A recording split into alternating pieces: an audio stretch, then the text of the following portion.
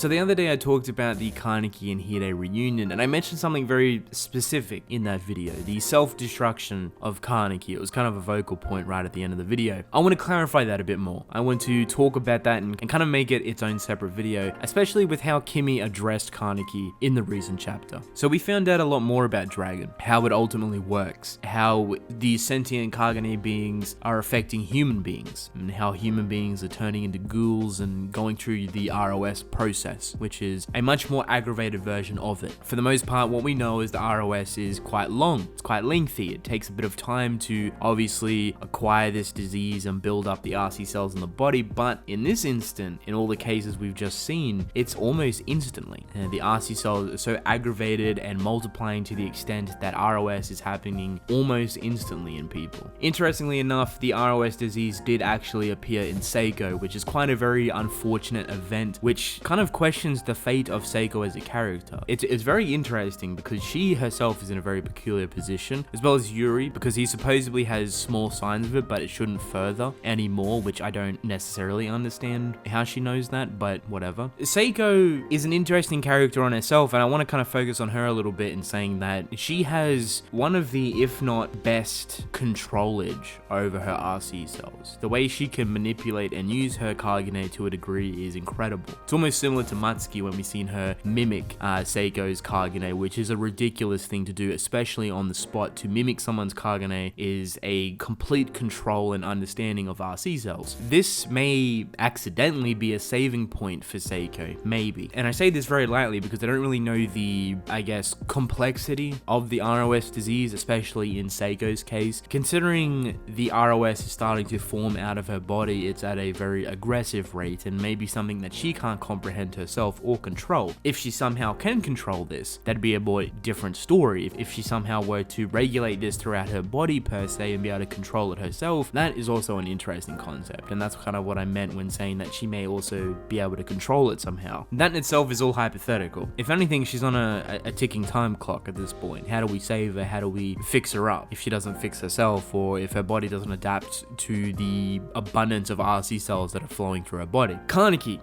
is the self-called answer at this point. He is the one that kind of holds the key to everything, and we've seen a very minimalistic version of it, but had a massive effect on himself. So as we know, Kaneki's body wasn't healing properly. His hands were just completely little crab claw mutant looking things that were not healed. When Yuri, Saiko, and Kaneki came up against the sentient Kagane beings, Kaneki went out of control. He released his Kagane for the first time. He was very scared to do it, but he done it anyway, saved the people he loves, and it's something we have not seen before. Whatever Kaneki used to destroy the sentient Kagane beings is something entirely different. It's unique, it's incredible, it's dangerous, right? What's not important is how he looked, but actually the effects of his Kagane and the effects of the quote-unquote virus/poison that the sentient Kagane beings hold. Kaneki, upon ingesting the so-called poison, actually healed himself incredibly fast. When I say fast, I mean instantly. As soon as his Kagane came back into his body, he was healed. Skin, nails, everything. That to me is very unusual. It's very obscure. I did come up with a reason for it in saying that I believe Kaneki was meant to be one of those sentient Kagane beings, but like a whole different variation for it. And the reason why I said that is because, well, I believe these RC cells are completely different to the normal Ghoul RC cells, if that makes sense. They're still coherently Ghoul cells, but they're more aggressive and aggravated and everything in between. So, for example, if another Ghoul were to take a bite out of Kaneki, or if a person were to somehow get Kaneki's blood in their body, they would most likely have the same ROS effect that the sentient Kagane beings are giving out, you know, being able to poison people. However, in this case, Kimi did mention that Kaneki's organs are the reason why they can regulate these RC cells, which is very unusual. Somehow these new organs that Kaneki has that have been created from Dragon, mind you, are allowing this quote-unquote poison to be manipulated and used back into the body. That still kind of works with Kaneki potentially being one of these sentient Kagane beings. But where this goes from here is that Kaneki evidently could be the key to creating some sort of vaccine or a virus or something else entirely to combat this so-called RC cell aggression, this ROS, this virus, this poison. I don't think they're going to come up with an idea immediately, not yet. But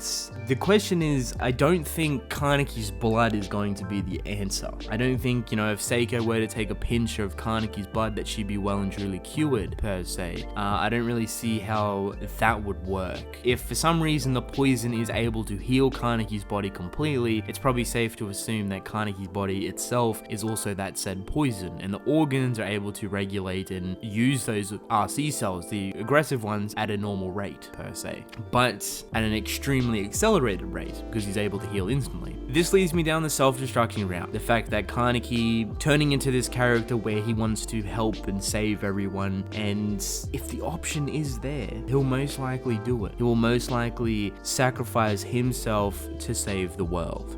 This in itself is an interesting concept, because I don't think people would want to see this happen, per se, depending on when it would happen, but I don't necessarily think people like the idea of Kaneki taking his own life or sacrificing himself to become the vaccine or the cure or the combative virus to save the world. To me, it sounds like it brings Kaneki's character full circle. It's something that Kaneki has never been able to do, but now that he is slowly getting the opportunity to do so, I think he would evidently take it. I think he would easily jump on ship to be able to save absolutely everyone from their demise. The fact that Kaneki himself will become the martyr to usher a new world, to usher a safer world and the coexistence between ghouls and humans. That obviously doesn't come quickly, because we have Rize, we have Furuta, we have the V organization, and everyone opposing Kaneki at this point. So hence why I also said I don't think Kimi would come up with a solution that quickly for the ROS disease, but if they can come up with a subsidy, if they can come up with an idea or a concept that's similar to Kaneki, maybe using his blood as an example, if they kind of put that under the microscope and see what's going on with Kaneki's blood, they may be able to recreate it. I still think Kaneki becoming that martyr to usher a new world would be incredible, as it brings Kaneki to a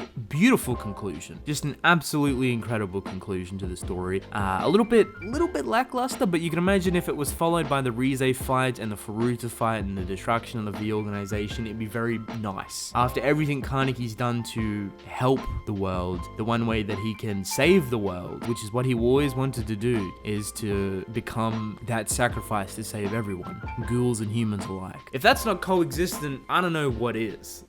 You could say Kaneki is a portion of human beings now, because he is the RC cells that reside inside of them, but that's a whole different idea. That's a whole different ballgame. But regardless, the whole idea surrounding Kaneki dying, committing suicide, self-destructing, destroying himself, being a savior is a very interesting one. I'm very excited to see how Kimi kind of handles the situation and the ideas she proposes to Kaneki regarding his organs and how he's truly capable of this, because even the power he has now is so unique, it's so different, it's weird. He's so much more powerful and so much more dangerous. Like he's definitely on a path of self-destruction, whether it be sacrificial or whether it be because he is absorbing too much of said RC cells or said poison, per se. At this point, he only gets stronger and stronger and more dangerous, maybe more out of control, maybe more obscure. A Kaneki going out of control now sounds weird, doesn't it? Sounds completely unworthy of the scenario, but it actually makes a lot of sense if it kind of